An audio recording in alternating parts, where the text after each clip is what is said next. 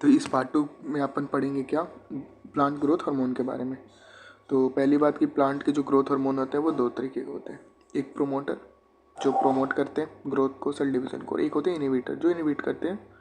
ठीक है, अब बात करें प्रोमोटर में, तो प्रोमोटर में 3 हार्मोन्स हैं, ऑक्सिन, जिबरेलिन, साइटोकिनिन।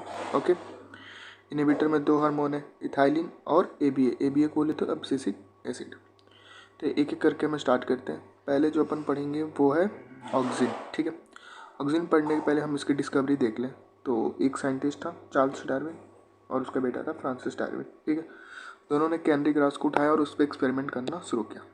तो जब वो एक्सपेरिमेंट कर रहे थे तो उन्होंने ऑब्जर्व किया कि जैसे देखो ये उसकी टिप्स हो गई, ठीक है, और ये हमारी सनलाइट इसके ऊपर पड़ रही है।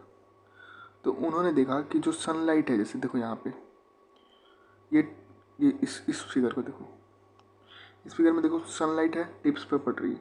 तो उन्होंने देखा कि ये जो टिप्स है वो ग्रो कर रही है किधर, टुवार्ड्स द लाइट, मतलब लाइट की तरफ ये टिप्स की ग्रोथ हो रही है। देखो इस डायरेक्शन में देखो, वो टिप्स क्या हो गई, हल्की तरफ बेंड हो गई है किधर, लाइट की डायरेक्शन। अब ऐसा हुआ क्यों है, तब उन्होंने जब प्रॉपरली एक्सपेरिमेंट किया तो उन्हें पता चला एक्सपेरिमेंट में, तो मैं बताता हूँ क्या पता चला उन्हें एक्सपेरिमेंट में पता चला ना कि ये जो टिप्स है यहाँ से लाइट पड़ रही है, तो इसके अपोजिट डायरेक्शंस में यहाँ कुछ सिक्रीशन हो रहा है टिप्स के आसपास। उसी सिक्रीशंस के कारण यहाँ ग्रोथ हो रही है। ग्रोथ होने के कारण यहाँ की सेल्स हैवी हो जाएंगे तो इनके वेट यहाँ के जो सेल्स है वो सह नहीं पाते हैं, तो इसलिए वो थोड़े क्या होते हैं, बेंड हो जाते हैं। ठीक है, तो क्या हो जाएंगे, बेंड हो जाएंगे। मतलब ओवरऑल तुम्हें ये ध्यान रखना है कि सूट की टिप्स है वो लाइट की तरफ बेंड होती है। क्यों, क्योंकि उस लाइट के अपोजिट डायरेक्शंस में ऑक्सीजन का सिक्रीशंस होता है। उन्होंने बताया नहीं क्यों, ऐसे थोड़ी पता है कि उन्होंने ऑक्सीजन का, उन्होंने बोला कुछ सिक्रीट होता है। उस सिक्रीशंस के कारण यहाँ की जो सेल डिवीज़न है वो बढ़ जाती है। सेल डिवीज़न क्या हो जाती है, बढ़ जाती है। बढ़ने के कारण ये क्या हो जाएगा, हैवी हो जाएगा पोर्शंस, तो इसलिए ये पोर्शन थोड़ी बेंड हो जाती है लाइट के तरफ। ओके, समझ में आया।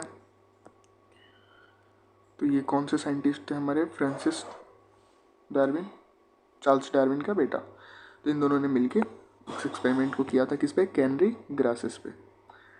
ठीक है, ओके।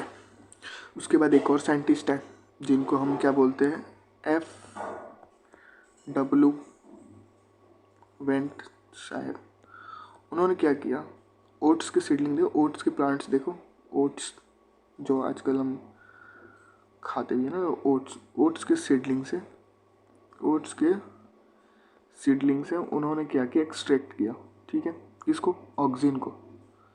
ठीक है, किसको एक्सट्रैक्ट किया, तो ऑक्सीजन को एक्सट्रैक्ट किया कहाँ से, तो ओट्स के सीडलिंग से। ठीक है, तो ये हो गया हमारे दूसरे नंबर के साइंटिस्ट। पहले नंबर के साइंटिस्ट कहते हैं फ्रांसिस डार्विन और उनका बेटा चार्ल्स डार्विन और उनका बेटा फ्रांसिस डार्विन। दूसरा साइंटिस्ट हो गया हमारा F.W. वेंट, जिन्होंने ओट्स के सीडलिंग से ऑक्सीजन को एक्सट्रैक्ट किया। ठीक है, अब एक बात ध्यान रखना कि जो देखो यहाँ आपने एनसीईआरटी में भी दे रखा है, तुम अगर ध्यान दो तो oxygen was isolated by F.W. Went from the tips of coleoptile of oats seedling, देखो लिख रखा है। और यहाँ भी उन्होंने एक्सपेरिमेंट भी बता रखा है कि Darwin and his sons Francisco Darwin observe that coleoptile of canary grasses response to unilateral मतलब किसी एक डायरेक्शन से लाइट आ रही है, ये इसकी बात कर रहा है। ठीक है, toward the light source, and after this series of experiments he concluded that tips of coleoptile is a site of transmittable influence that cause bending of entire coleoptile। ठीक है, तो इन्होंने क्या बताया, ओवरऑल देखो इंग्लिश में जो भी लिखा सीधी सी बात है कि ये कहना चाहते हैं कि चार्ल्स डार्विन और उनका बेटा फ्रांसिस्को डार्विन ने ऑब्जर्व किया कि जो इसकी टिप्स हैं वो लाइट की तरफ बेंड हो रही है। ठीक है, तो हमें बस इतना ध्यान रखना है कि जो सिक्रीशंस हो रहा है ये बेंड क्यों हो रही है। हम बेंड होने का मैंने तुम्हें रीज़न बताया कि यहाँ सिक्रीट हो रहा है ऑक्सीजन का, लाइट के अपोजिट डायरेक्शंस में ऑक्सीजन की सिक्रीशंस होगी, जिसके कारण यहाँ पे हैवी ग्रोथ होगा। ठीक है, हैवली सेल डिवीज़न होगा, ग्रोथ होगा, और ये वाला पोर्शंस क्या हो जाएगा, हैवी होने के कारण ये थोड़ी बेंड हो जाएगी सूट लाइट की तरफ। ठीक है, तो ये सब ध्यान रखना, चीज़ें मैं तुम्हें हाईलाइट करा देता हूँ, तुम अपने एनसीईआरटी में मार्क कर लो। ये रहे पहला इम्पोर्टेंट लाइन और ये रहे दूसरे साइंटिस्ट के इम्पोर्टेंट लाइन। ठीक है, अब हम आगे बढ़ते हैं।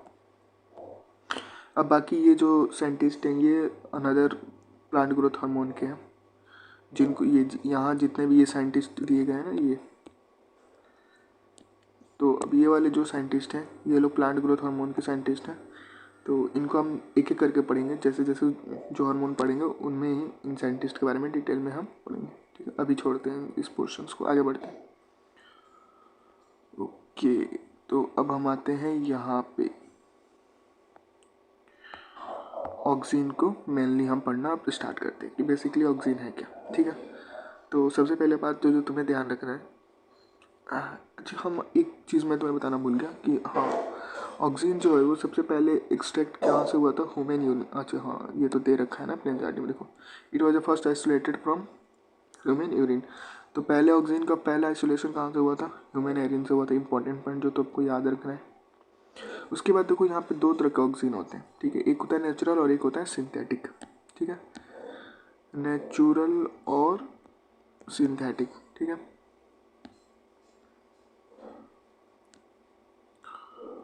हाँ अब चलो बात करते हैं। तो हमारा कितने तरह का ऑक्सीजन होता है, दो तरह का होता है, यहाँ बात है। एक नेचुरल हो गया और एक सिंथेटिक हो गया। ठीक है, अब बात करते हैं कि भाई नेचुरल में कौन कौन सा होता है। ठीक है, तो नेचुरल में हमारा होता है IAA इंडोल एसिटिक एसिड या फिर IBA इंडोल ब्यूटेरिक एसिड।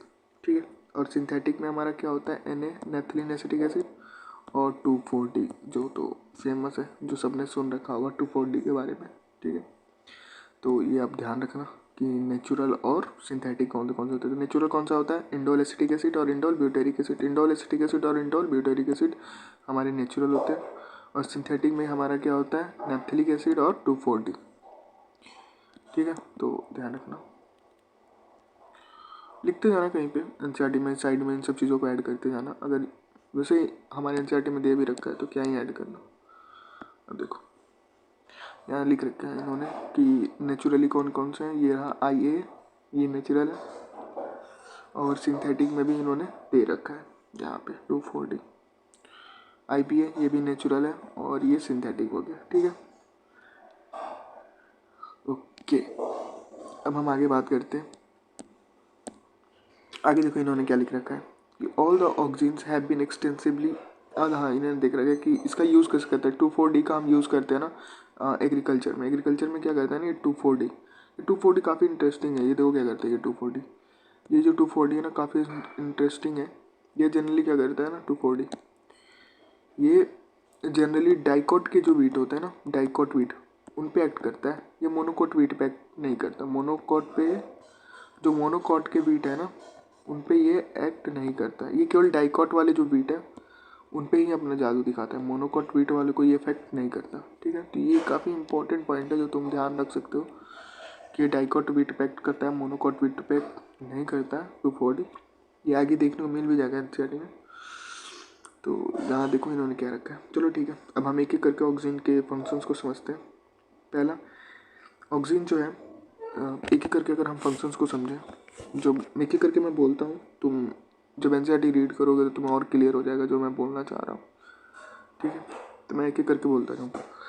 तो पहला फंक्शन है, ये क्या करता है, स्टेम। जब हम स्टेम को, बहुत सारे तुमने वो पढ़ रखा होगा वेजिटेटिव प्रोपोगेशन। वेजिटेटिव प्रोपोगेशन में तुमने देख रखा होगा कि हम स्टेम से रूट निकालते हैं।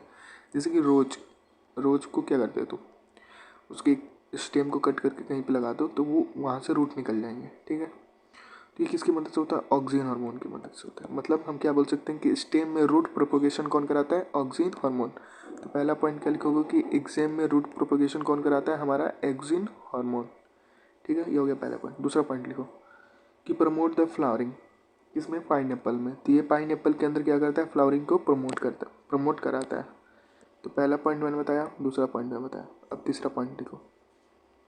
तीसरा पॉइंट होता है कि it promote abscissions of the older leave and fruit. मतलब कि ओल्डर लीव और फ्रूट को पेड़ के ऊपर से तोड़ के गिराने का काम किसका होता है, ऑक्सीजन का होता है। ठीक है, मतलब एब्सिशन कराता है, मतलब तोड़ के उसको नीचे गिराने का काम करता है। 3 पॉइंट हो गया। चौथा पॉइंट लिखो। चौथा पॉइंट मैं बता सकता हूँ कि इट इंड्यूस पार्थेनोकार्पी। पार्थेनोकार्पी बोले तो समझ रहे हो ना, पार्थेनोकार्पी किस में कराता है? टोमेटो में कराता है। पार्थिनोकार्पी मतलब होता है पकाना यार, ठीक है, उसे राइप करता है। ये किस में कराता है? टोमेटो में कराता है, ठीक है, तो ध्यान रखना। पार्थिनोकार्पी कराता है किस में? टोमेटो में। तो 4 पॉइंट हो गए अब तक। अब आते हैं 5th पॉइंट की तरफ। 5वां पॉइंट बोल सकते हो कि जैसे हाँ, it use as to kill the weed like 2,4-D। 2,4-D में इतना ध्यान रखना है कि ये डाइकोट वीट को किल करता है, मोनोकोट वीट को किल नहीं करता। हाँ, सबसे इम्पोर्टेंट है वो 6 है कि ये क्या करता है? जाइलम का डिफ्रेंशिएशन करता है। मतलब ये पॉइंट जनरली बच्चे भूल जाते हैं, और एनसीईआरटी में दे भी रखा है वैसे ये पॉइंट। ये सारे जितने मैं बोल रहा हूँ सारे दे रखा है, पर मैं पॉइंट वाइज लिखा रहा हूँ, तो तुम ध्यान रखना। जाइलम डिफ्रेंशिएशन करता है, ठीक है। और दूसरी प्रांत की ये एपिकल डोमेंसी को प्रमोट करता है। एपिकल डोमेंसी मतलब देखो, हाँ ये देखो, एपिकल डोमेंसी बहुत बच्चे नहीं समझते कि एपिकल डोमेंसी होता है क्या। मैं तुम्हें बताता हूँ। जैसे तुमने ट्री के प्लांट देख रखे होंगे, तो तुम्हें भी जनरली तुम ये आज तक ये जानते हो कि ट्री के प्लांट छोटे छोटे होते हैं। ट्री के प्लांट क्या होते हैं? तुम छोटे छोटे बोलोगे कि वो हर्ब्स एंड सर्ब्स होते हैं, बल्कि तुम गलत हो। ट्री जो है वो एक, सॉरी, ट्री का जो प्लांट है वो हर्ब्स और सर्ब्स नहीं होते हैं, वो क्या होते हैं? ट्री होते हैं। मतलब जनरली तुम जो अपने घरों के आसपास जो लंबे लंबे पेड़ देखते हो ना, बिल्कुल बिल्कुल ठीक वैसे ही टी का भी प्लांट होता है। टी टी जिसकी चाय पत्ती तुम पीते हो, अगर उसको हम काटना छोड़ दें ना, तो वो एक काफ़ी बड़े प्लांट में कन्वर्ट हो जाएगा, एक बड़ा सा प्लांट बनाएगा। समझ गए? टी एक बड़ा सा प्लांट बनाएगा। पर जनरली हम करते क्या है ना, टी के इस वाले हेड को हम कट कर देते हैं, एपिकल पार्ट को हम कट करते हैं। एपिकल पार्ट को कट करने से क्या होता है? एपिकल बर्ड गायब हो जाते हैं। जो एपिकल में जो बर्ड था वो हो गया गायब। तो जो लेटरल बर्ड है वो ग्रो करते हैं। वैसे लेटरल ब्लड ग्रो कर रहे हैं, हम हर बार देखना टाइम टू टाइम उसकी कटाई होती है। कटाई होने के कारण से एपिकल बर्ड को हटा देते हैं, लेटरल बर्ड में, तो वो इसीलिए हमें लगता है ये झाड़ियों की तरह वो ग्रो होता है, तो इसको बोलते हैं ये हर्ब्स एंड सर्ब्स है। बल्कि वो हर्ब्स एंड सर्ब्स नहीं है, वो एक ट्री है, ठीक है।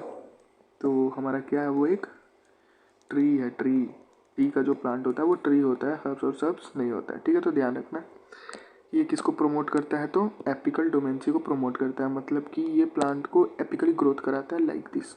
यूं यूं ग्रोथ कराएगा, यूं यूं ऊपर की तरफ ग्रोथ कराएगा, ऐसे ग्रोथ नहीं कराता। जैसे ग्रोथ करता है ऐसे ऐसे, इसको बोलते हैं एपिकल ग्रोथ, ठीक है। तो क्या प्रमोट करता है? एपिकल प्रमोट करता है। क्या प्रमोट करता है? एपिकल प्रमोट करता है। तो ये हो गया एपिकल। तो यहाँ पे हम क्या बोल सकते हैं इसको? यहाँ पे हम क्या बोल सकते हैं? एपिकल डोमिनेंसी, ठीक है। तो अब पहले वापस से मैं सारे पॉइंट्स बोलता हूँ, मिला लो। पहला पॉइंट क्या था कि स्टेम के अंदर रूट को इनिशिएट करना, डैट इज स्टेम के अंदर रूट प्रोपगेशन कराना। दूसरा पॉइंट क्या था? प्रोमोट फ्लावरिंग, किसमें? पाइनएप्पल में। तीसरा पॉइंट हमारा क्या था? Promote abscission of older lips and fruit. चौथा पॉइंट क्या था? पार्थिनोकार्पी इन टमाटो, ओके। पांचवा पॉइंट क्या था? 2,4-D kill dicot wheat not monocot wheat. छठा पॉइंट क्या था? Xylem differentiation. और सातवां पॉइंट क्या था? Apical dormancy. तो ये हो गए तुम्हारे ऑक्सीन हार्मोन के सारे फंक्शंस, जिसे तुम याद कर लेना। पॉइंट वाइज मैंने करा दिया। अब एनसीईआरटी को जब तुम रीड करोगे तो तुम्हें ये सारे पॉइंट्स लिखे हुए मिल जाएंगे, पर मैंने इसको थोड़ा पॉइंट में अरेंज करा दिया, याद करने में जल्दी होगा। एनसीईआरटी की साइड में लिख लेना, यहाँ पे जो जगह है वहीं पे जल्दी से याद कर सकते हो ना, रीड करने में टाइम ज़्यादा लगता है, ठीक है। अब आते हैं हम, देखो जो मैं बोल रहा था जाइलम डिफ्रेंशिएशन वाला पॉइंट, ये रहा ना। तो ध्यान रखना, छोटे छोटे पॉइंट्स मिस हो जाते हैं। अब हम आते हैं जिब्रेलिन में। तो मैं बोला था कि देखो जिब्रेलिन, जैसे ही मैं एसिड पढ़ाऊँगा, सॉरी, जैसे ही मैं हार्मोन पढ़ाऊँगा उसके साथ उसकी डिस्कवरी भी बताऊँगा। तो अब बात आती है डिस्कवरी किसकी बताने की? जिब्रेलिन की। तो सुनो कहानी। तो एक साइंटिस्ट था कुरवारसा, उसने क्या किया, ये देखो जिब्रेलिन जो है ना, जिब्रेलिक एसिड या फिर जिब्रेलिन जो भी बोलो, जिब्रेलिन हार्मोन, ये जनरली एक फंगस से आया हुआ है, ठीक है। उस फंगस को हम बोलते हैं जिब्रेला फ्यूजिकुराई, ठीक है। तो वो फंगस क्या करता था ना, राइट्स के जो सीड्स हैं, राइट्स के जो सीडलिंग्स हैं, मतलब राइस के जो प्लांटेशंस हैं, खेती हैं, उनमें वो एक डिजीज़ करता था जिसको हम बोलते थे बाकेन डिजीज़, ठीक है।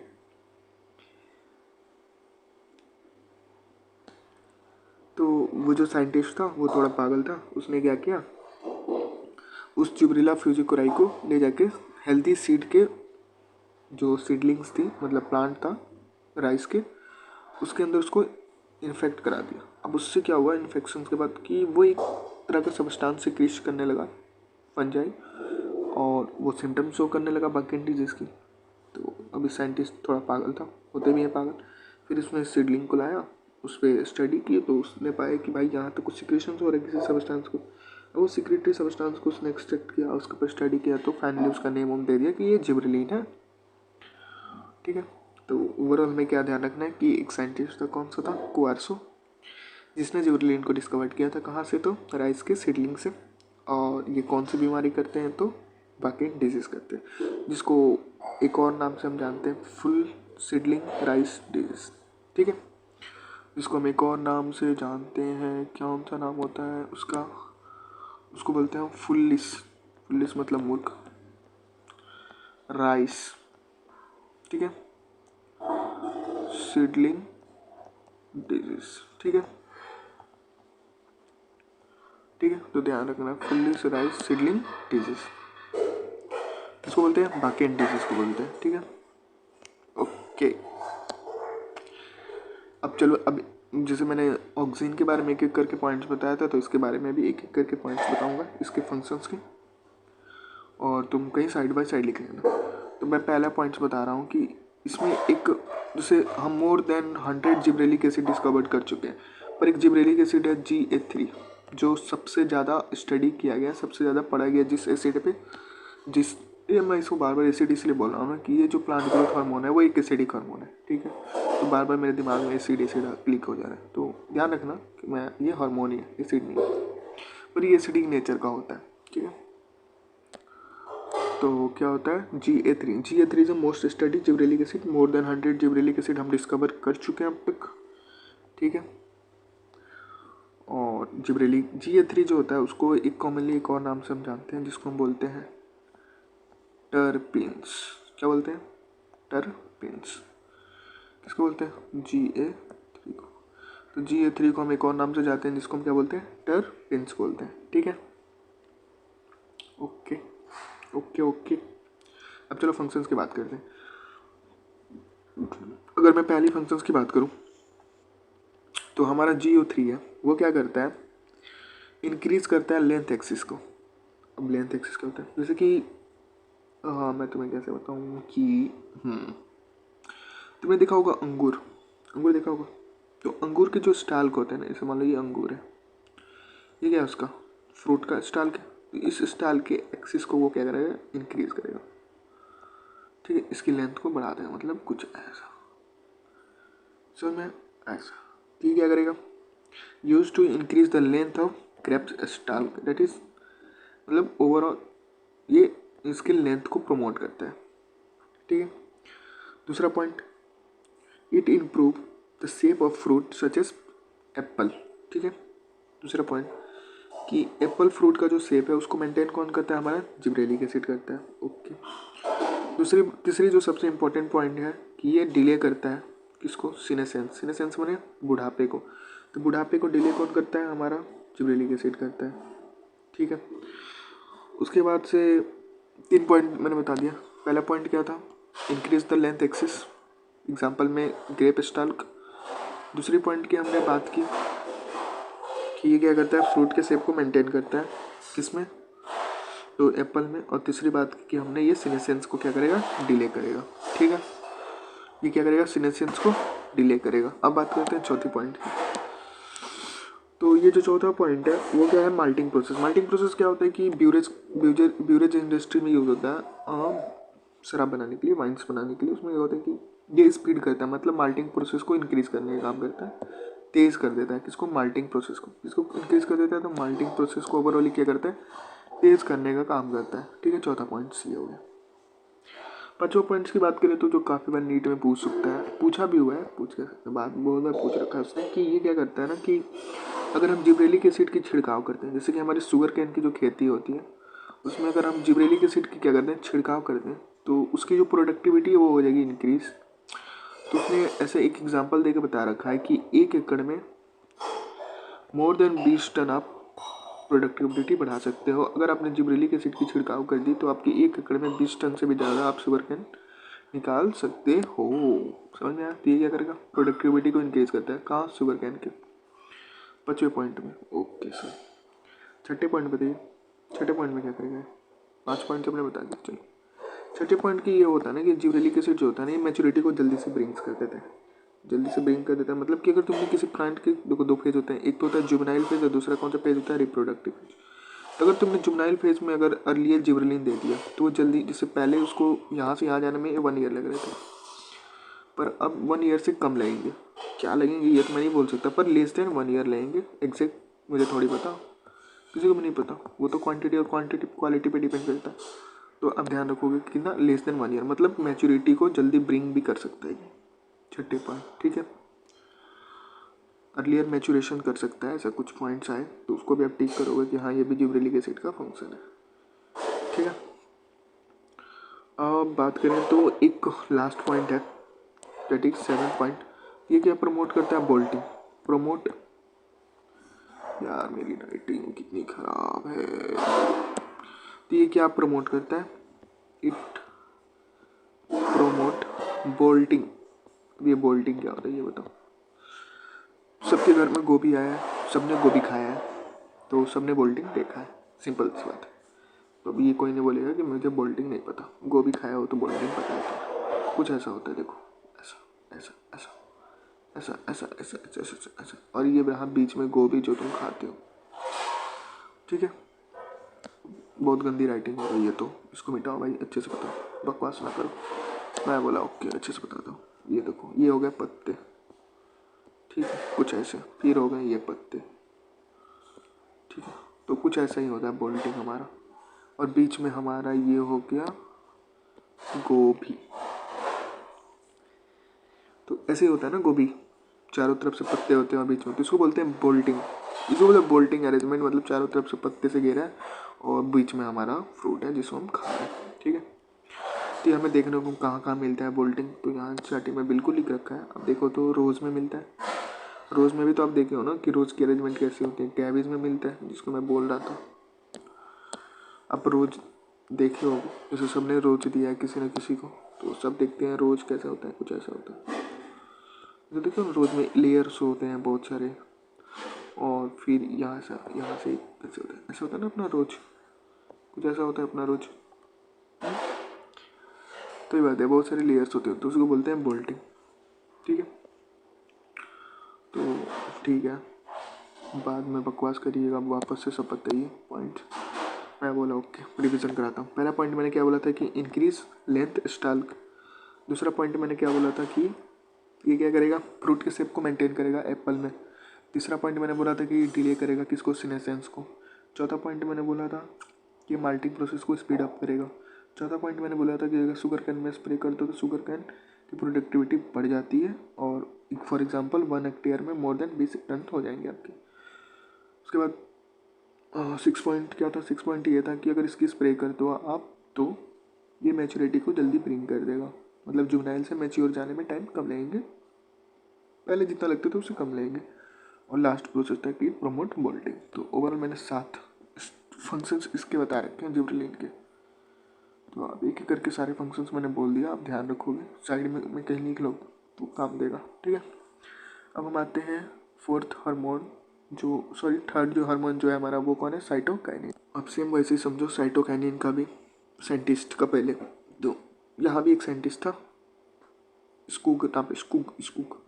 ये तो हो गया क्या, इसने देखा टेम्पैको प्लांट को, देखा कि टेम्पैको प्लांट में काफ़ी ज़्यादा ग्रोथ हो रहा है, मतलब एक जो उसका जैसे इंटरनोड तो तुम समझते होगा ना, हाँ इंटरनोड समझते हो ना सब, हाँ समझते हैं बच्चे, बच्चे समझते हैं इंटरनोड ऐसा होता है।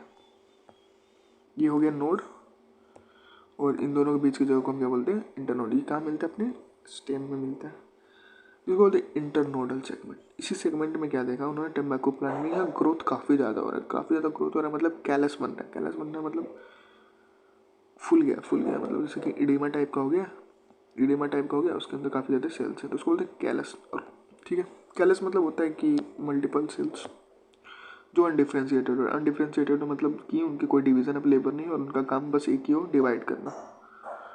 समझ गए? कैलस का मतलब क्या होता है? Group of dividing cell, that is undifferentiated. Group of undifferentiated dividing cell, ये एक परफेक्ट बोल सकते हो डेफिनेशन है कैलस का। मतलब ध्यान रखने के अनडिफ्रेंशिएटेड होना चाहिए, उनमें डिवीजन ऑफ लेबर नहीं होना चाहिए। डिवीजन ऑफ लेबर हो जाएगा तो फिर तो वो सेल मैच्योर हो गया, डिवाइड ही नहीं करेगा। तो क्या होना चाहिए? वो अनडिफ्रेंशिएटेड होना चाहिए। ठीक है, तो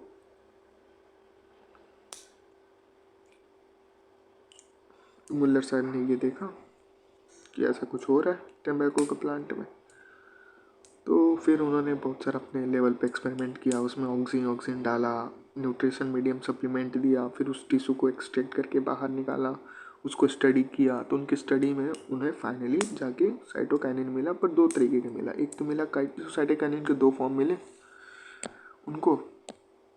ठीक है, तो देखो ऐसा ठीक से बताओ ना। अच्छा ठीक है, मैं ठीक से बताता हूँ। ये हो गया टम्बैको प्लांट। तो साइंटिस्ट, मैं क्या बताऊँ, साइंटिस्ट याद नहीं करना है ना, मतलब ध्यान रखना बस।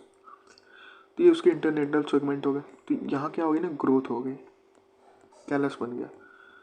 तो एफ स्पूक साहब ने इस कैलस को पहले तो इसमें उन्होंने ऑक्सीजन ऐड किया। ठीक है, ऑक्सीजन ऐड किया, फिर न्यूट्रिशन सप्लीमेंट वम्प्लीमेंट दिया इस कैलस को काटने के बाद से। कैलस को काट के निकाला, अपने लेबोरेटरी में ले गया, यहाँ ऑक्सीजन मिलाया, न्यूट्रिशनल मीडियम दिया और फिर फाइनली जाके यहाँ से कुछ एक्सट्रैक्ट किया। उस एक्सट्रैक्ट को उन्होंने बोला कि ये दो तरीके का है। ये एक्सट्रैक्ट उनके स्टडी के अकॉर्डिंग उसको उन्होंने साइटोकाइनिन बोला। और फिर वो चीज़ें दो अलग अलग चीज़ों से फिर जाके आगे भी मिली हमें, तो अलग अलग फॉर्म में मिली, तो उनका अलग अलग नाम हुआ। एक तो था काइटिन और दूसरा था जियाटिन। अब बोले काइटिन कहाँ से मिला और जियाटिन कहाँ से मिला? तो जो हमारा काइटिन था ना, ये हमारा काइटिन ये नेचुरली नहीं होता, मतलब ये नेचुरली अकर नहीं होता है। नेचुरली हमें जियाटिन ही मिलता है और जियाटिन आपको मिल जाएगा कॉर्न। कॉर्न देखो भुट्टा सब कोई खाता है, उसके कर्नल में। कर्नल क्या होता है भाई, जैसे भुट्टा बताता हूँ, ये भुट्टा हो गया। ठीक है, इसके बाद ये हो गया छिलका। इस छिलके को पोर्शंस को हटा दो तो इस सारे को क्या बोलेंगे? कर्नल बोलेंगे। ठीक है, तो इस कॉर्न के कर्नल में मिला और कोकोनट के मिल्क में मिला। इसे मिला कॉर्न के कर्नल में मिला और कहाँ मिला भाई? कोकोनट मिल्क में मिला। ठीक है, कोकोनट मिल्क में मिला और कौन करने में हमें मिला? कौन सा मिला? जियाटिन। जियाटिन जियाटिन तो जियाटिन हमारा क्या है? नेचुरल है। काइटिन हमारा क्या है? नेचुरल नहीं है। ठीक है, ध्यान रखना। वो क्या है? एडेनिन की डेरिवेटिव्स है। किसकी डेरिवेटिव्स है? तो एडेनिन की डेरिवेटिव्स है। कौन एडेनिन की डेरिवेटिव्स है भाई? Zeatin, sorry chitin. Chitin chitin chitin chitin क्या है हमारा? एडेनिन का ये क्या है? डेरिवेटिव्स है। ठीक है, और हमारा जियाटिन है, ये हमारा क्या है? नेचुरल है। और ये क्या है? नेचुरल है। इसको भी स्टार मार्क लगा दो, ये भाई नेचुरल है। अब याद करने का तरीका बताओ कि कैसे मैं भूल जाऊँ तो कि कौन दोनों उसको नेचुरल। तो जिया, हम जीते कैसे हैं? नेचर में जीते हैं, खुले मन से जीते हैं नेचर में। इसलिए क्या हो गया? जिया हमारा क्या हो गया? नेचुरल। जिया हमारा क्या हो गया? नेचुरल। हमें जिया कौन रहा है? नेचर, इसलिए नेचुरल। और कैटिन क्या है? पतंग। पतंग हम कैसे बनाते हैं? हैंडमेड होता है ना पतंग। कैटिन कैटिन पतंग, कैट मीन्स पतंग, तो हैंडमेड होता है। तो ध्यान रखना कि कैटिन क्या हो गया? सिंथेटिक, और जियाटिन क्या हो गया? नेचुरल। ठीक है, तो ठीक है सर, सिंथेटिक है तो बताओ तो कैसे? तो उसको देखो कैसे बनाया कैसे गया था। एक हैरिंग के स्पर्म डीएनए लिया गया और उस स्पर्म डीएनए को ऑटोक्लेव किया गया। क्या किया गया? ऑटोक्लेव। तो इसके ऑटोक्लेव करने से, इसके हैरिंग स्पर्म डीएनए को जब हमने ऑटोक्लेव किया, क्या किया? ऑटोक्लेव एक प्रोसेस है। उस ऑटोक्लेव प्रोसेस मतलब कि जैसे तुमने पढ़ रखा है ना, ब्लेंडिंग, सेंट्रीफ्यूगेशन, वैसे एक प्रोसेस है ऑटोक्लेव। उस ऑटोक्लेव प्रोसेस की मदद से हमने वहाँ से एक्सट्रैक्ट किया इसको, काइटिन को। ठीक है, तो अब कोई पूछे काइटिन का सोर्स क्या है तो क्या बोलोगे? Herring sperm DNA. ऐसे हैरिंग स्पर्म डीएनए से अच्छा है तुम बोलो ऑटोक्लेटेड हैरिंग स्पर्म डीएनए। क्या बोलोगे? ऑटोक्लेटेड हैरिंग स्पर्म डीएनए से हमें क्या मिला? काइटिन मिला। क्या बोलोगे? काइटिन कहाँ से मिला? काइटिन कहाँ से मिला? बताओ जी, कहाँ से मिला? तो ऑटोक्लेटेड हैरिंग स्पर्म, ठीक है, हैरिंग स्पर्म डीएनए से हमें काइटिन मिला। मैंने भी कहा ओके। चलो ठीक है, जहाँ से भी मिला आपको काइटिन। जियाटिन में आपको पता लग गया कि कहाँ से मिला, कॉर्क के कर्नल से मिला और कोकोनट मिल्क से मिला। ठीक है, ये सब तो बातें हो गई नेचुरल इंट्रोडक्शंस के बारे में। आपने बता दिया कि नेचुरल अगर जियाटिन होता है, काइटिन नहीं होता है, और काइटिन जो होता है वो एडेनिन के डेरिवेटिव्स होते हैं। ओके, जिबरेलिन टर्पिन डेरिवेटिव्स होता है, ठीक है, ध्यान रखना।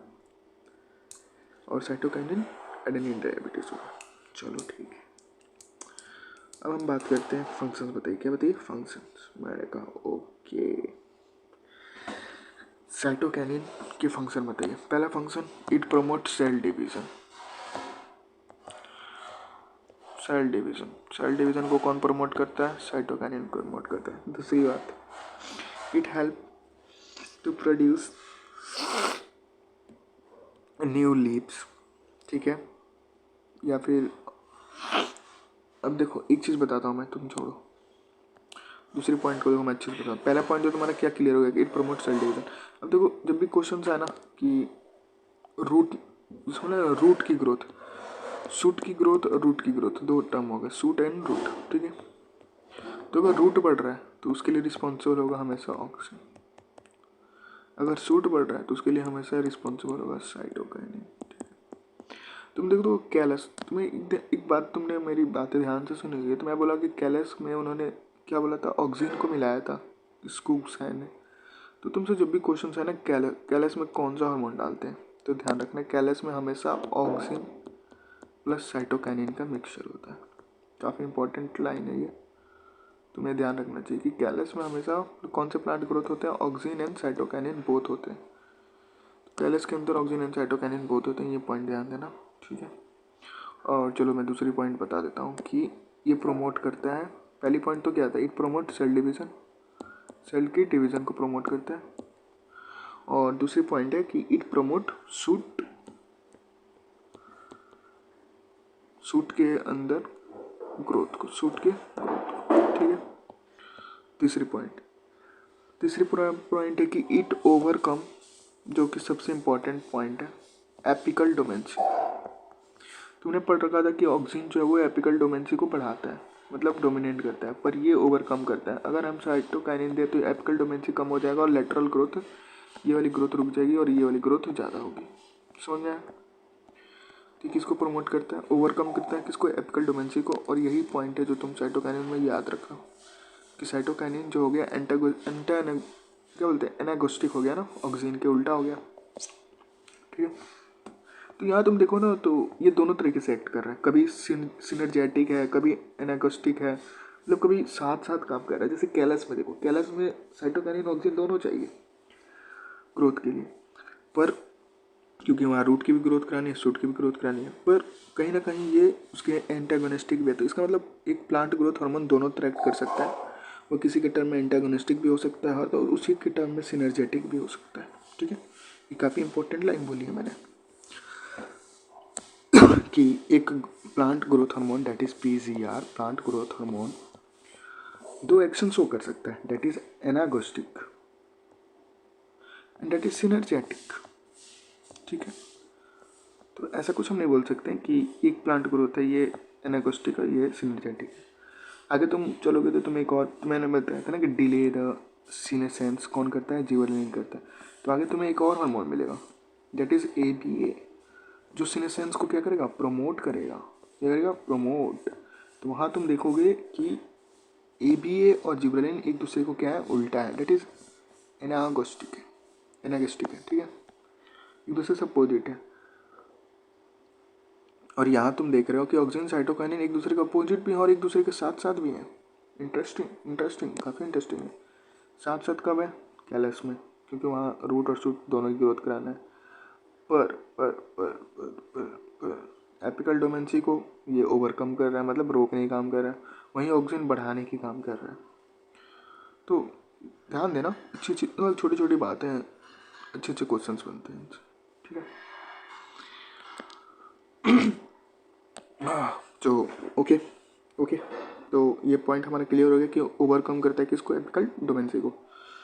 अब ये एक चीज़ और होता है जो लास्ट पॉइंट है कि साइटोकाइनिन जो है वो न्यूट्रिएंट को मोबिलाइज कराता है। मोबिलाइज कराने का मतलब ये प्लांट का मान लो ये वाला पार्ट है, ये ओल्डर हो गया, अब ये इसकी जीवन अवधि खत्म हो चुकी है, तो यहाँ कुछ न्यूट्रिएंट्स होंगे जैसे कि जनरली क्या होते हैं नाइट्रोजन, फास्फोरस, सल्फर, ये तो, और कैल्शियम भी होता है, पर कैल्शियम स्ट्रक्चरल पार्ट है तो ये मूव नहीं करता, मूव यही करते हैं, ऐसे होते हैं, यही मूव करते हैं। नाइट्रोजन, फास्फोरस, सल्फर और पोटासियम यही होता है। मैं तो अपने टाइम ऐसे याद रखा था कि निक्की जो है वो एसपी बन गई तो भाग गई, ठीक है, तो मैं ऐसे याद रखा था कि निक्की ने एसपी बन के भाग गई, निक्की एसपी बन के भाग गई। तो that is nitrogen, phosphorus, sulphur and potassium, ये जो होते हैं ये मोबिलाइज होते हैं, मतलब मूव करते हैं, और कैल्शियम स्ट्रक्चरल होता है तो ये मोबिलाइज नहीं करता है, ठीक है। तो ये ओल्डर पार्ट से कहाँ मूव कर जाएंगे, यंग पार्ट में, कहाँ मूव कर जाएंगे, यंग पार्ट में, ठीक है। तो ध्यान रखना कि कहाँ मूव कर जाएंगे, ये यंग पार्ट में मूव कर जाएंगे। तो न्यूट्रिशन के मोबिलाइजेशन, अब देखो मैं साइटोकाइनिन की दो इंपॉर्टेंट बातें बन तो मैं थोड़ी देर में बता दी, हंसते हंसते बता दिया। पहली पॉइंट कि ये एपिकल डोमेंसी को ओवरकम करता है, दूसरी न्यूट्रिशन की रिमोबिलाइजेशन कराता है। ये दोनों काफ़ी इंपॉर्टेंट पॉइंट है, क्वेश्चन इन्हीं दोनों पॉइंट से बनेंगे साइटोकाइनिन में, ठीक है। अब एक तीन तो हो गया हमारा, प्रोमोटर वाले ख़त्म हो गया, अब इनहिबिटर वाले बच्चे। तो इस यूनिट में जल्दी जल्दी हम ख़त्म कर लेते हैं अपना हार्मोन वाला, फिर नेक्स्ट बना देंगे फोटोप्रेडिज्म और वाइनलाइजेशन का अलग से बना देंगे, ठीक है। इसमें नहीं, काफ़ी लंबा हो जाएगा वीडियो। अब बात करते हैं इथाइलिन की। तो इथाइलिन की तो जल्दी जल्दी बात करेंगे, अब स्लो नहीं बोलेंगे, जल्दी जल्दी बोलेंगे। तो इथाइलिन जो है वो क्या है, गैसियस हार्मोन है, गैसियस हार्मोन है, ठीक है। इथाइलिन का फॉर्मूला होता है ये, ध्यान रखना, ये होता है C2H2, इसी को बोलते हैं अपन इथाइलिन, इसी को अपन क्या बोलते हैं, इथाइलिन। अब इसकी बात करें तो देखो इसके जो साइंटिस्ट थे वो थे एच कॉजिन, कौन थे, एच कॉजिन साइंटिस्ट, याद रखना। अब देखो मैं शुरू से तुम्हें चाहूँ तो बोल सकता हूँ, देखो ऑक्सीजन का क्या था scientist, France Darwin, Charles Darwin. उसके बाद से क्या था, जिब्रेलिक एसिड, जिब्रेलिक एसिड का कौन था, कुवारसोवा। फिर आया था साइटोकाइन, साइटोकाइन का कौन था, स्कूग। तो वैसे इथाइलिन का कौन है, कॉजिन। तो ऐसे याद कर लेना, बस साइंटिस्ट हो गया। मैच द फ्लोइंग में आएगा, तुमसे कौन कुछ पूछने जा रहा है ज़्यादा डिटेल में, कोई नहीं पूछेगा, बस ये पूछेंगे साइंटिस्ट और मैच द फ्लोइंग, बस हार्मोन, उसके सामने साइंटिस्ट का नाम लिखो, बात खत्म, ज़्यादा नहीं पढ़ने का, छोटा सा पढ़ो, क्वेश्चन ज़्यादा करो, ठीक है। अब हम बात करते हैं इथाइलिन, जो बात करिए गैसियस हार्मोन है, मैं तुम्हें बता दिया कि इसके फॉर्मूला जो होते हैं C2H2 होते हैं, ठीक है। अब ये बात करें, देखो अब ये करते हैं इथाइलिन का काम क्या है, इथाइलिन का प्राइमरी काम है कि रैपिंग कराना, फूड को क्लाइमेटिक रेस्पिरेशन कराना, मतलब उसको पकाना, ठीक है, ओके। अब इसको HHP हार्मोन बोलते हैं। अब HHH हार्मोन क्यों बोलते हैं ये समझ लो। ये जनरली करता क्या ना, तीन तरह के इफेक्ट शो करता है किस पे, सूट पे, सूट के एक्सिस को बढ़ाता है, सूट के स्वेलिंग कराता है, और सूट में एपिकल हुक की फॉर्मेशन कराता है, इसको लोग बोलते हैं HHF हार्मोन, मतलब तीन इफेक्ट मारता है ये जाके, ठीक है। तो ध्यान रखना। और हमने बात किया था कि एब्सिशन को प्रिवेंट कौन करता है, ऑक्सीजन, ऑक्सीजन जो करता है एब्सिशन को रोकता है, पर ये एब्सिशन को प्रोमोट करेगा। अब दोबारा मत पूछना एब्सिशन क्या होता है, एब्सिशन मतलब होता है फॉलिंग ऑफ लीव्स, फ्रूट, ठीक है, इसको एब्सिशन बोलते हैं। तो एब्सिशन को रोकने का काम कौन करेगा, ऑक्सीजन, प्रोमोट कौन करेगा, इथाइलिन, ठीक है। तो बातों बातों में दो फंक्शंस मैंने बता दिया। अब हम बात करते हैं कि ये क्या करता है, ये सीड के डोरमेंसी को ब्रेक करता है, प्रोमोट द सीड डोरमेंसी को ब्रेक करता है, ठीक है, ओके। और बाकी तो मैं बता ही दिया कि, और चौथा पॉइंट याद कर लेना कि ये फ्लावरिंग को इंड्यूस करता है इन मैंगो, मैंगो के अंदर ये फ्लावरिंग इंड्यूस करता है, ओके। और मेनली इसको एग्रीकल्चर फील्ड में यूज़ करते हैं। तो इसका एक मार्केट में वर्जन आता है, लिक्विड वर्जन आता है, इसको बोलते हैं इथोफोन। उस इथोफोन कंपाउंड को हम वाटर में डिसॉल्व करते हैं और फिर छिड़काव करते हैं। तो ये स्लोली, यहाँ पे ध्यान देना, एक वर्ड मैंने बोला स्लोली, इस वर्ड को मार्क कर लो, थोड़े से स्टेटमेंट में फास्ट स्लो करके तुम्हें क्वेश्चंस को घुमा देगा। तो ध्यान रखना कि स्लोली इथाइलिन को रिलीज करता है इथोफोन की छिड़काव करने के बाद से वहाँ से slowly slowly ethylene gas release होता है, और बाकी फिर वो अपने आगे का काम जो करेगा, जो इसके नॉर्मल फंक्शंस हैं, रैपिंग वाइपिंग, ठीक है। फ्लावरिंग इंड्यूस वो करेगा। समझ में आ गया? तो स्लोली होता है, ध्यान देने वाली बात है कि स्लोली होता है, ठीक है, स्लोली रिलीज होता है। और एक पॉइंट जो काफ़ी इंटरेस्टिंग है, जो एनसीईआरटी में छोटा सा दे रखा है पर नीट वाले पूछ लेते हैं, कि ये फीमेल फ्लावरिंग को इंड्यूस करता है। काफ़ी important point, induce female flower. मैं तुम्हें बताया था ना कि जिब्रेलिक एसिड एक हार्मोन है। हाँ बता रखा है तुम, बहुत अच्छा, तो ध्यान रखना। जिब्रेलिन एसिडिक हार्मोन है, बता रखा। तो ये क्या इंड्यूस करेगा फीमेल फ्लावर? किसमें इंड्यूस करता है? कुकुम्बर में। कुकुम्बर, खीरा खीरा खीरा खीरा खीरा के अंदर फीमेल फ्लावर इंड्यूस करना का काम किसका होता है? इथाइलिन का होता है। ये छोटी सी बात है, तो सब में एक कुछ ना कुछ इंपॉर्टेंट पॉइंट्स निकल के आए हैं। जैसे कि ऑक्सीजन की बात कर लो तो जाइलम डिफ्रेंशिएशन, जिब्रेलिन की बात कर लो तो शुगर कैन प्रोडक्शंस को बढ़ाना, साइटोकिन की बात कर लो तो एपिकल डोमेंसी को ओवरकम करना, न्यूट्रिशन मोबिलाइजेशन कराना। वैसे इथाइलिन की बात कर लो तो ये फीमेल फ्लावरिंग को इंड्यूस करता है कुकुम्बर में। मतलब ये एक हिडन, जो बोल सकते हो हिडन, क्या बोलते हैं इनके, हिडन है वो, जिनसे क्वेश्चंस बनेंगे, हिडन है वो, छुपे हुए हैं। देखो यहाँ छुपा के, यानी it promote female flowering in cucumber, ठीक है। तो यही बात है। और मैं तुम्हें ये बोल रहा था ना कि स्लोली रिलीज करता है, तो यहाँ पे इन्होंने मेंशन कर रखा है, आई थिंक ये तो फोन इज एक्वस रेडली, देखो एक्वस मीडियम का होता है, और इथाइलिन स्लोली, ये देखो इथाइलिन स्लोली होता है, और एक्वस सोल्यूशन से रेडली अब्जॉर्ब होकर फिर स्लोली इथाइलिन को रिलीज करता है। तो ये इम्पोर्टेंस, ओके। तो हो गया फाइनली ये हार्मोन भी, टाटा बाय बाय। अब लास्ट हार्मोन है अपना एफसीसी एसिड वाला। भाई देख लो, मैंने मजाक मजाक में सारी बातें बोल रहा हूँ, पर तुम्हें उन सारी बातों को लिखते हुए चलना है अपने एनसीईआरटी में साइड बाय साइड, ठीक है। अब हम बात करते हैं अपने एफसीसी एसिड के बारे में। It is also called stress hormone, okay. FCC acid को क्या बोलते हैं अपन? स्ट्रेस हार्मोन बोलते हैं ना, सबने सुन रखा होगा। बहुत तनाव देता है ये जिंदगी में ये हार्मोन, ठीक है। तो चलो मिड, अब देखो इसके बारे में भी समझ लो।